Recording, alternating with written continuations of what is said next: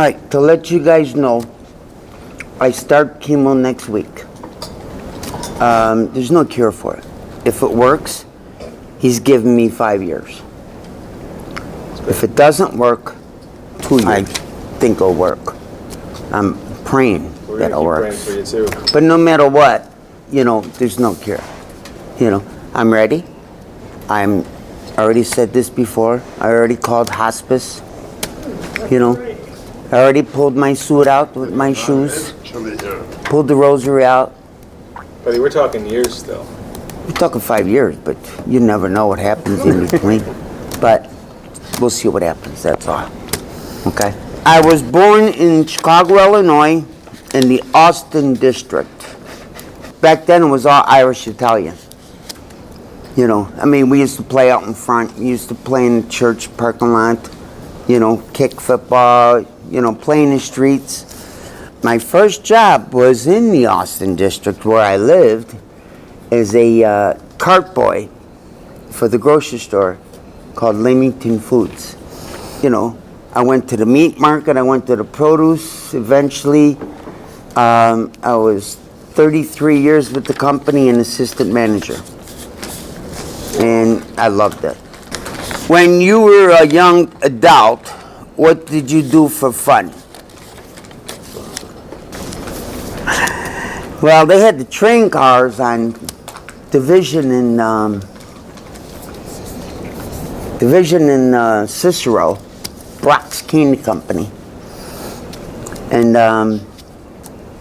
we used to raid the cars, break into the cars, because they were loading the cars at night, the stock cars, And we would go in there as the guy was loading up the forklift truck inside the train. We were taking it off on the other end. What did you do that got you in a lot of trouble when you were younger and dumber? So the question is, did you ever get pinched? Loading the cars, no, we never got pinched. We always took off before the rail yard police came and caught us. Playing softball or ball in the school, locked. The gates were locked and everything, so that meant don't go in there. Well, we went in there, and we always did every weekend. So we were playing ball and stuff, and it was a Saturday, and everybody's hitting the balls on top of the roof of the school, and I go, well, I'll go up there and get them, and I'll throw them down. Or you climb the gutters.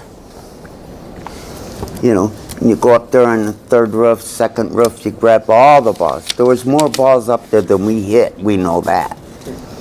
So we threw them all down, and I said, I'll be right down. I had to go to the washroom, all right? And I knew which room that was. It was the ladies' room, okay?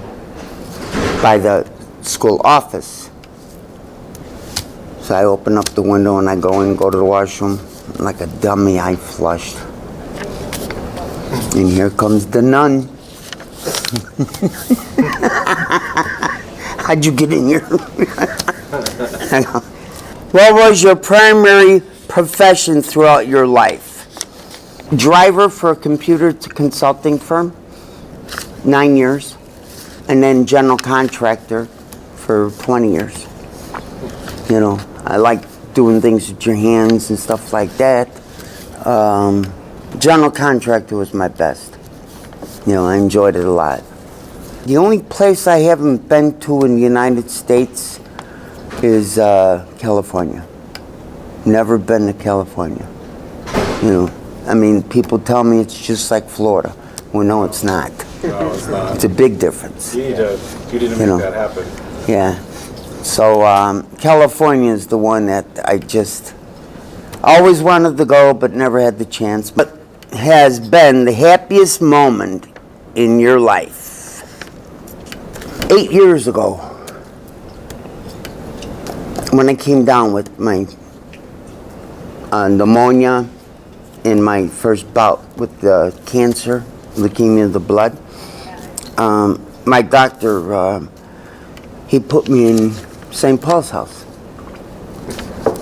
And I don't regret it.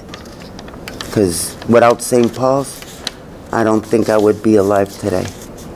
We have a lot of friends, a lot of comrades, you know, everybody. I realized this being in the hospital for 15 days, you know, how much everybody missed me, you know.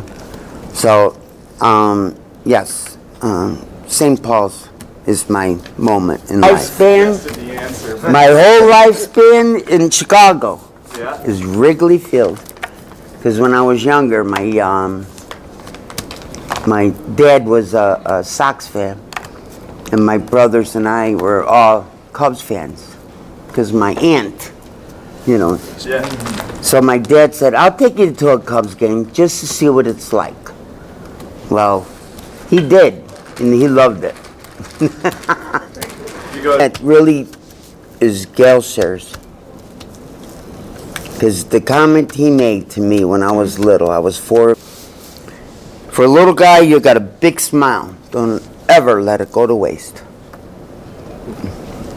So ever since then, I've been thinking of that.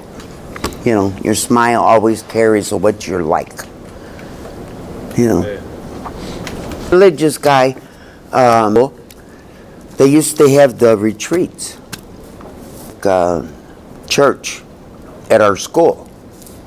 And one was in 7th grade, and it was very uplifting, you know, about God, what God does, what God did, what God can do, you know. And back then, I was very fascinated with that, you know. I continued on from high school and went into, high school, past high school, attending the retreats. I'm a Lutheran, and plus when I was homeless, I didn't care, you know. So one day I just broke down and cried and asked God for help. And I was born again Christian. And it was the happiest day in my life, born again Christian. It's a big difference. Being rebaptized and everything, it was the greatest feeling in the world. When was that?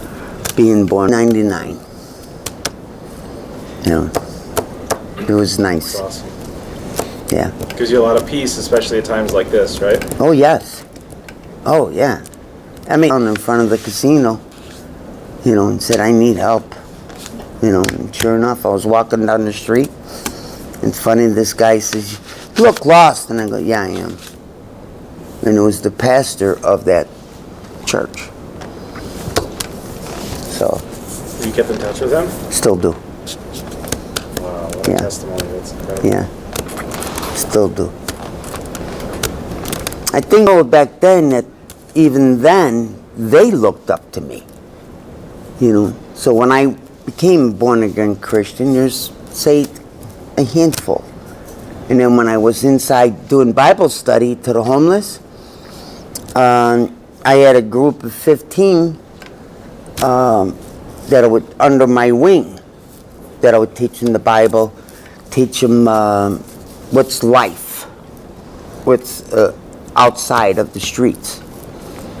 And I had 15, 12 of them either went back to their wives, went back to their mom and dad, hooked up with their family members, or, you know, got a job, straightened their life around. You know, that made me feel good too. That is a lot to do with it. In grammar school, you know, I had to lead my whole section of the class, you know, from one end of the building to the other end of the building during recess, going to gym. You know, they always put me in charge of a group, you know, so everybody looked up to Crazy Joey. Because your personality is the big part of it, right? Yes. Yeah. You know, personality has a lot to do with it. You know, person's sense of humor. You know, my sense of humor is, it can be wacky at sometimes, but... Fred doesn't seem to like you very much. You Frank? Yeah, exactly. Frank?